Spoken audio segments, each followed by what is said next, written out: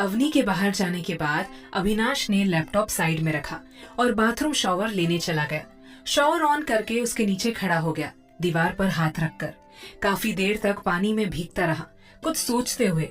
तभी किसी चीज के गिरने की आवाज आई। कान में आवाज पड़ते ही अविनाश का ध्यान भंग हुआ।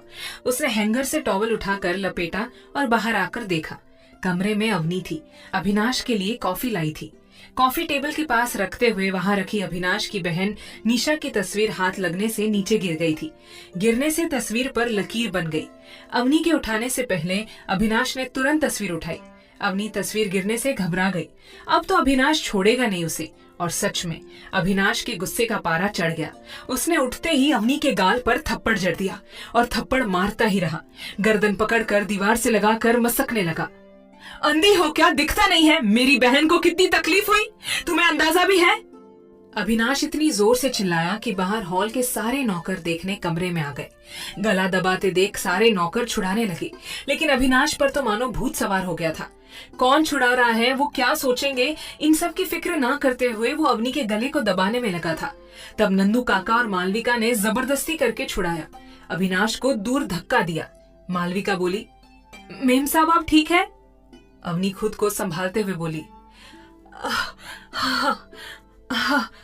हाँ। मालविका ने तुरंत पास में रखे जग से अवनी को पानी दिया। अविनाश गुस्से में उठा। नंदू काका बोले, साहब आप क्या कर रहे हैं? कोई इतना बुरा बर्ताव कैसे अपनी जीवन साथी के साथ कर सकता है?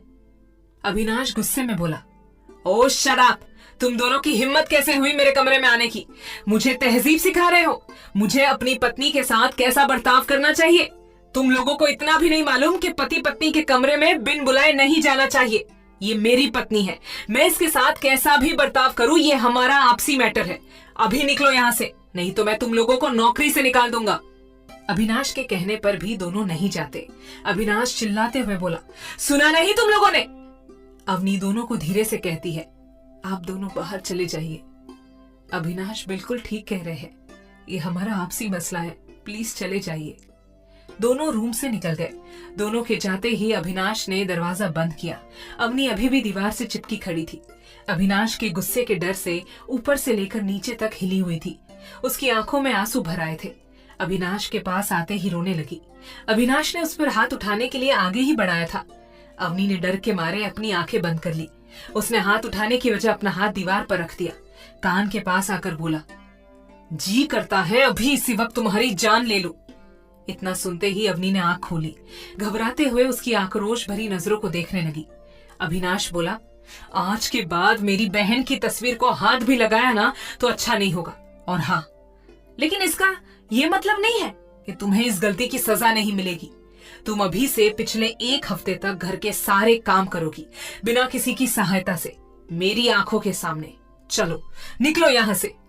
अविनाश ने गुस्से में दीवार से हाथ हटाया। अवनी रोती हुई दरवाजे की ओर बढ़ी। तभी अविनाश ने गुस्से में वापस बुलाया, रुको, कबर्ड से मेरे कपड़े निकालो। अवनी ने आंसू पोंछ कर कबर्ड से कपड़े निकाले और किचन में चली गई। किचन में जाते ही रोने लगी। नंदू काका और मालविका वहीं खड़े चुप कर आ रहे थे। मालविका बोली, मेम साहब पूछना तो नहीं चाहिए, लेकिन क्या करूं, आप इतनी अच्छी है कि आपकी तकलीफ मुझसे देखी नहीं जा रही है, इसलिए पूछ रही हूँ। अविनाश साहिब आपके साथ ऐसा बर्ताव क्यों करते हैं? क्यों इतनी नफरत करते हैं?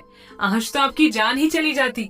आपने अविनाश साहिब से शादी क्यों कर ली, जब आपके परिवार से अविनाश साहिब के परिवार की बिगड़ी हुई है? अवनी बोली, मालविका प्लीज इस बारे में कोई बात नहीं करना चाहती मैं। मालविका बोली, क्यों नहीं करना चाहती? इतना रोज घुट घुट कर जीना, जुल्मों को सहना, अपने पति को दूसरी औरत के साथ देखकर कैसे सहन करती हो? क्यों मेम साहब? सिर्फ 2 वक्त की रोटी के लिए 2 वक्त की रोटी तो जानवर भी खा लेता है बिना किसी गुलामी के। मालविका बोली, मैंने कहा ना मुझे इस बारे में कोई बात नहीं करनी है। बस इतना समझ लो मेरी मजबूरी है। उस मजबूरी के खातिर मैं हर दर्द सहने को तैयार हूँ। रात का खाना बन गया है, तुम लोग भी अपने घर जाओ।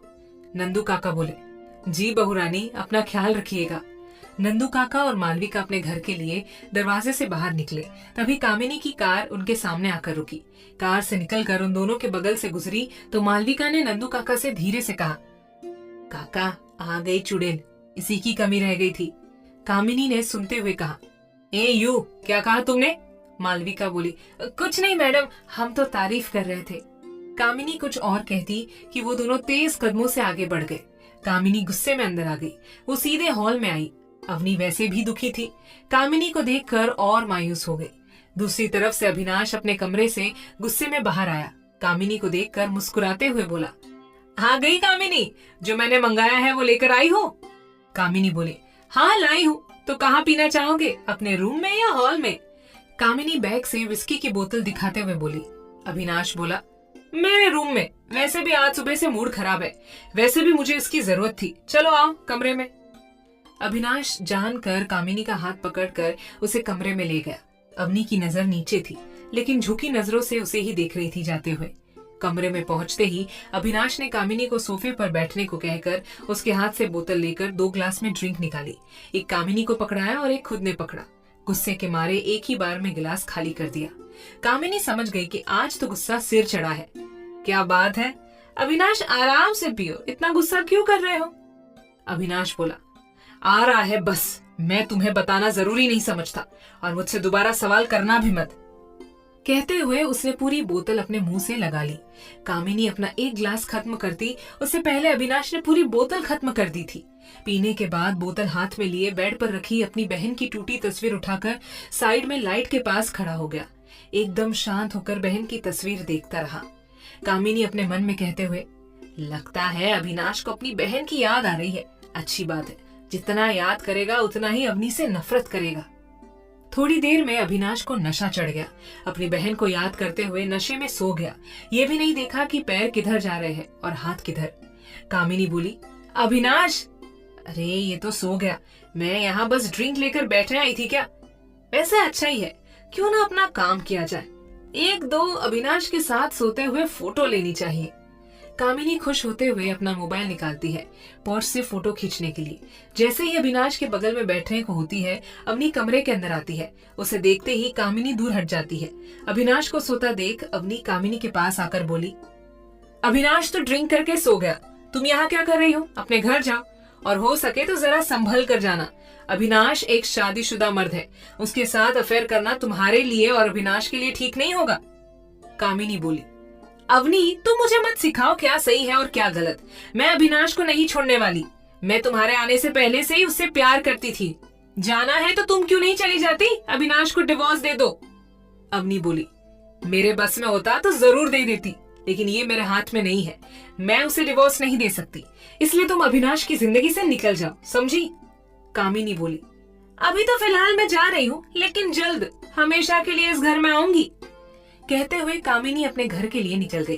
कामिनी के जाते ही अवनी ने घर का दरवाजा लगाया। वापस कमरे में आई। नशे में पड़े अविनाश के पैर को उठाकर बिस्तर में करके कंबल सीने तक डालकर वही बेड के पास बैठ गई। क्या कामिनी अवनी और अविनाश को अलग करने में सफल हो पाएगी? आखिर क्यों अविनाश अवनी से इतनी नफरत करता है? जानने के लिए सुनिए कहानी का अगला एपिसोड।